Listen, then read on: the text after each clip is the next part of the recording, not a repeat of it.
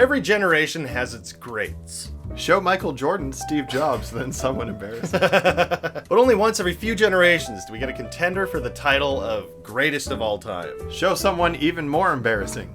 When it comes to your PC, the newest components with the highest number are thought to be the best. But does that make them truly great? The answer is no, it doesn't. And today we're going to dive into modern graphics cards and examine the one that we feel truly is the GOAT. So what goes into making the GOAT? Well, when a mommy goat loves a daddy goat very much. For today's video, we're going to talk about the GTX 1080, the TI to be exact. Very rarely do we see a graphics card that is so powerful and yet reasonably priced. It is utterly insane. It is insane.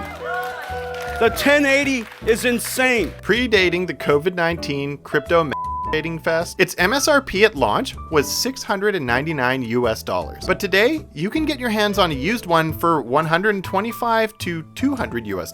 The higher end of that price range representing most eBay sales, and the lower end representing local markets like Craigslist, Kijiji, Facebook Marketplace, etc. Consider this though. How awesome is it that a GPU that's 8 years old is still actually relevant and outperforming stuff that's actively being produced? We live in a world where an 8-year-old graphics card is keeping up with modern releases. The same goes for a lot of processors and other hardware. I mean, think back to 2002. Do you think that Counter-Strike 1.6 would have been running flawlessly on a graphics card from 1994? I don't think so. I don't think you'd be playing Warcraft 2 or Day of Defeat. You had a graphics card from 1994 back at a LAN party back in the day, back, someone would have shot you with a gun. You can believe it.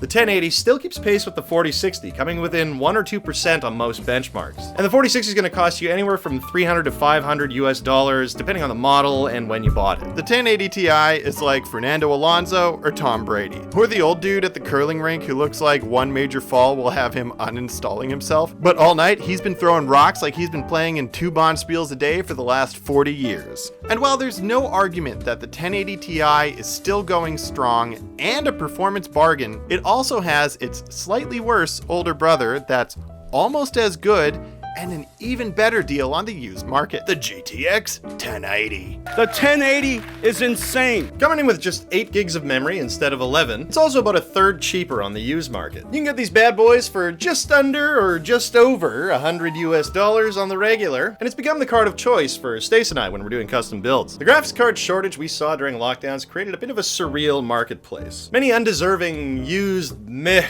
graphics cards were still selling for their relative performance, and GPU black markets were thriving. You got the stuff? You got the cash? Word, man.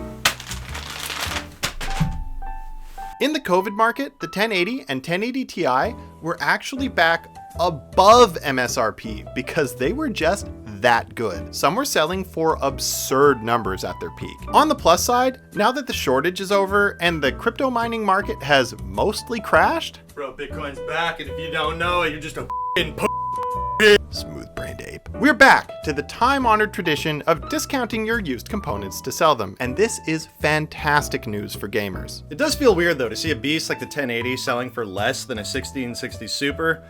That's just the way people value things these days. Ironically, a 1660 Super can't do ray tracing or DLSS, so I'm not even really sure why people are valuing them that way. Could it be that it was just manufactured more recently? The biggest drawback of the GTX series is obviously it predates the RTX series, so it's also not going to do ray tracing or DLSS. But being honest, I've never really found ray tracing to be worth the performance hit, and FSR is a decent alternative to DLSS, and it'll run on just about anything, and that's if you even care about upscaling. If you want to render natively and haul ass, especially in 1080p gaming, then appropriately, the 1080 is the card for you. The 1080 is insane. Since last summer, we've picked up at least 3 GTX 1080s for just $110 each, and another 3 1080 Ti's for just $150 a piece.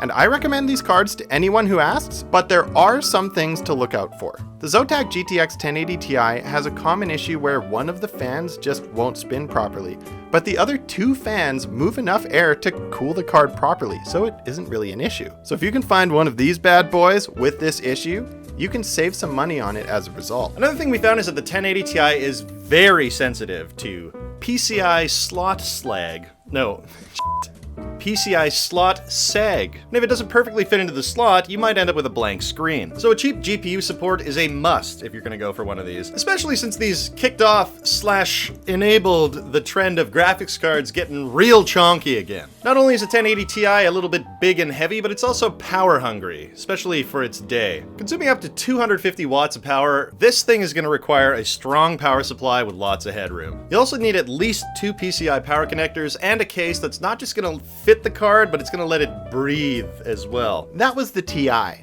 The standard GTX 1080 is a super solid option if you're constrained by power supply, cooling, airflow, or even just the physical space to fit the card in your case. It's hard to beat the GTX 1080 dollar for dollar, and if you ever want a 20% uplift in performance, you can always sell it and spend an extra few dollars to get yourself a 1080 Ti. Regardless of which card you go for, driver support is probably going to be a concern in the near future. This card is 8 years old and probably approaching the end of support from Nvidia. To their credit, Nvidia has done a fantastic job supporting this generation of graphics cards. Probably because there are still so many out there in active service, but also because they're still incredibly relevant in gaming. The 1080 is insane. Nvidia, we tip our fedoras to you. My lord, molasses, molasses, thick molasses. When they finally reach end of life for driver support, it doesn't mean they're going to stop working. It just means that over time, as newer games come out, there'll be no guarantee they'll be able to play them flawlessly, even if they have the raw power to do so. New features and instruction set, or even just an issue with the way the drivers interact with the game, will cause them to struggle with certain games or even outright crash. And after a few years have gone by with no updates, you should expect this to happen more and more often, especially with newer titles. With that in mind, most of the games that you play now that work with the 1080 right now will still work with it after it's no longer receiving driver updates. And barring some supreme overbearing update to them, you will likely still be able to run them even when this GPU is considered out of date. So at the end of the day, is it worth buying one of these cards? Obviously, yes. The performance per dollar can't be beat, and the staying power of these cards has been unprecedented. And when you're done with 1080p gaming and ready to move on a few years down the road, you can always just throw it into a media machine and it'll live there happily, producing high quality streaming content for your television or whatever you watch on. 4K, 60 frames per second streaming? No This problem. thing takes a dump on slow streaming. Or of course, you can sell it because they don't have much value left to lose, and you can probably still get a decent return on your investment. You know what?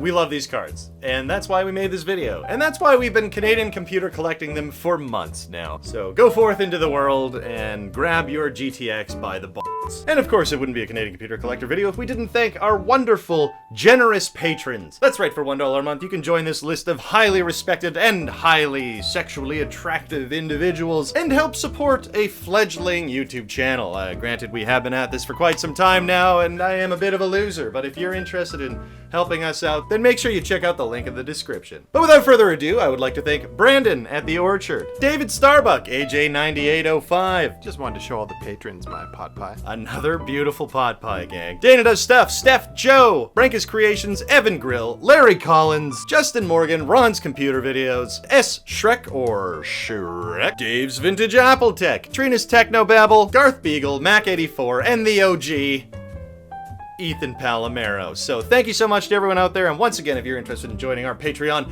for only $1 a month, make sure to check out the link in the description.